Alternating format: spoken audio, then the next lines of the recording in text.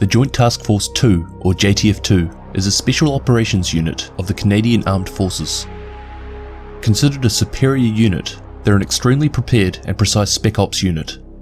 They exist to protect Canada's interests, both at home and abroad, by eliminating terrorism and national threats. Although primarily tasked with counter-terrorism operations, they also specialise in direct actions such as reconnaissance, hostage recovery, and private security detail. In 1992, as a response to the recommendations that the Royal Canadian Mounted Police's Special Emergency Response Team be disbanded, a new military counter-terrorism unit was established. The Canadian military forces had a much larger recruit pool to work with, and the general population were not all that happy with having law enforcement officers using lethal means as a first resource. In 1993, the first 100 members were recruited, comprising of the now disbanded Canadian Airborne Regiment and also Princess Patricia's Canadian Light Infantry. The JTF-2 are known for their discretion and professionalism during operations. They are the quiet professionals, aspiring for excellence. Working cohesively as a single unit, they have a reputation for completing missions with accuracy and precision. The JTF-2 are closely allied with the very best special operations forces worldwide, allowing them to operate seamlessly when called upon. After the events of the September 11 attacks, the unit was committed to the International Special Operations Forces Coalition in Afghanistan. This was the first time that the JTF-2 was used in a major combat role outside of Canada. After the reactivation of Team Rainbow in 2015, 2 Joint Task Force 2 operators were recruited to bring their skills and expertise to assist in the fight against terrorism on a global scale. These operators were named Frost and Buck.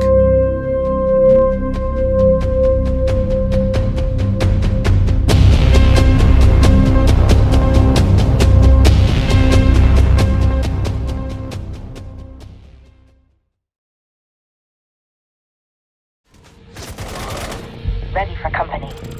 Deploying welcome mat.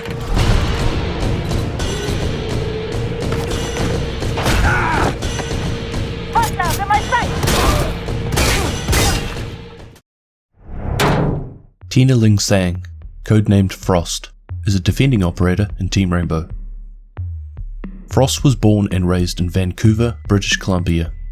On her 18th birthday, she enlisted with the Royal Canadian Air Force.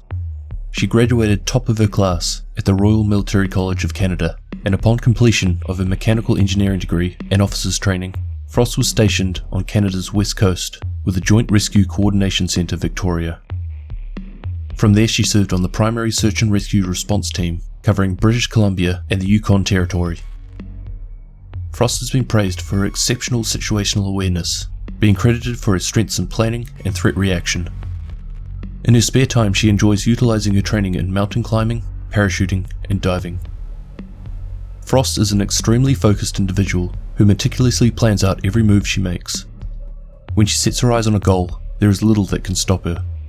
She is patient and never takes shortcuts. For others, Frost's energy can be exhausting. Reports consistently talk to Frost's focus and perseverance, but this isn't to say that she is overly headstrong in her views. Any disagreements are handled in a constructive manner. Frost is open and willing to take on feedback. The only area where resentment can form is through individuals who are a little less patient or prefer taking shortcuts. Frost's mission planning is meticulous, and this also carries over to her personal life. Whether it be the organisation of an upcoming holiday or the planning of a parent's anniversary party, she is able to coordinate to the finest details and ensure that everything runs smoothly.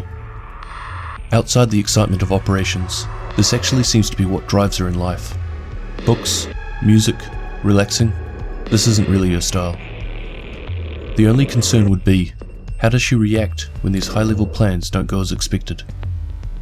Such a situation is listed in her medical records. Though the report doesn't go into much detail, it revolves around a hunting trip in Canada. Frost prefers not to discuss the incident, but it has something to do with her being forced to make an emergency landing in her plane. It's clear she blames herself for not being prepared for such an incident. Frost has developed a strong friendship with Specialist Nomad. Both women have a strong connection with the outdoors and share similar life experiences. Frost's precision-oriented personality is a huge asset, but until she is able to observe her own mental and emotional processes, she is at risk of clashing with stronger personalities within the group. With her background in mechanical engineering, Frost helped design and modify a mechanical trap that is able to incapacitate enemies. The Sterling Mark II, otherwise known as the Welcome Mat, is a floor-mounted, rubber and metallic spring-loaded leg-hold trap. This non-lethal trap is designed to allow for seamless deployment without extensive camouflage. The completely non-mechanical device is unable to be detected by electronic scanners.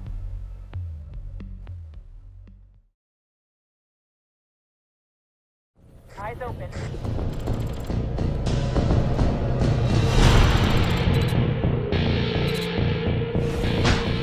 Tango spotted. Enemy contact. Sebastian Cote, codenamed Buck, is an attacking operator in Team Rainbow. Buck comes from a long line of military veterans. While attending university, he served in the Canadian Reserves, and after graduating with a degree in criminology, he enlisted full-time in the Canadian Armed Forces, assigned to the military police. He specialised in high-risk situations, long and close range, marine rescue, and armed ship boarding. This made him a strong candidate for the Emergency Response Team, and eventually, the JTF-2. He was raised with tales of his Voyager ancestors who paddled the rivers across Canada, worked as fur trappers, and helped map the north for the railroad and mining industries. Buck grew up in a close-knit family and is the middle of three. His family is very physically active, and most of their ventures are centered around the outdoors. Recently, he discovered his great-grandfather had almost drowned in some rapids, and if it had not been for the determination and quick thinking of his friend from one of the Mohawk tribes, he would have drowned. Buck reflects that if it hadn't been for this man, his father had never been born. Fluent in French, English, and Pashto, he is also currently enrolled in Mohawk Studies, where he hopes to learn more about the Mohawk people and if he can help give back in some way. And this pretty much sums Buck up. Though he is eager to make a difference in the world, his approach is sensible and realistic. He works towards actual results, and the effort required doesn't deter him. While a part of the world-renowned Canadian Special Forces, Buck has continued to hone his skills in high-speed tactical driving on land and water, hazardous materials management, and hostage rescue. As expected, this line of work brings a fair amount of stress, but Buck exhibits tremendous amounts of self-discipline and adaptive thinking, and doesn't seem to have a problem overcoming this. Highly pragmatic, Buck will always take the shortest distance between 2 points. He is not one to mince words or exaggerate.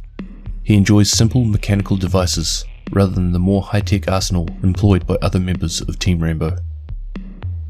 Buck is one of those easygoing people who can settle into any conversation. His attitude towards others make him one of the more flexible members of the team. He is laid back, yet is able to maintain a professional demeanour. In the field, this ability to work with any crowd is appreciated by everyone who works alongside him. Although Buck is a veteran of the forces, his adventurous spirit allows him to approach all missions with a kind of fresh enthusiasm. Buck's gadget is an underbarrel shotgun attachment on his main weapon. The SK-412, otherwise known as the Skeleton Key, is an underbarrel mounted 12-gauge shotgun. By changing hand positions on his assault rifle, he is able to quickly switch from ranged to close quarter combat. The Skeleton Key is also an effective breaching tool to destroy barricades or create a line of sight.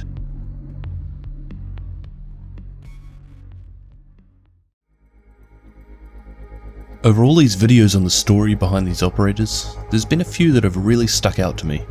Some of their personalities and the struggles they go through are so similar to people I know. Obviously the people I know aren't counter-terrorists or special forces, but they have similar backgrounds and issues they've had to face in their lives.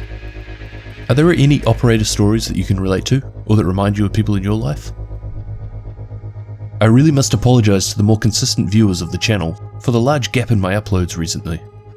Since the lockdown has been lifted in New Zealand, I've been super busy at work, plus we're actually looking to move house in the next little while, so there's a lot of organisation around that sort of stuff. Otherwise, thank you very much for watching, and I'll catch you in the next one, hopefully a little sooner than this one took me to make. Cheers!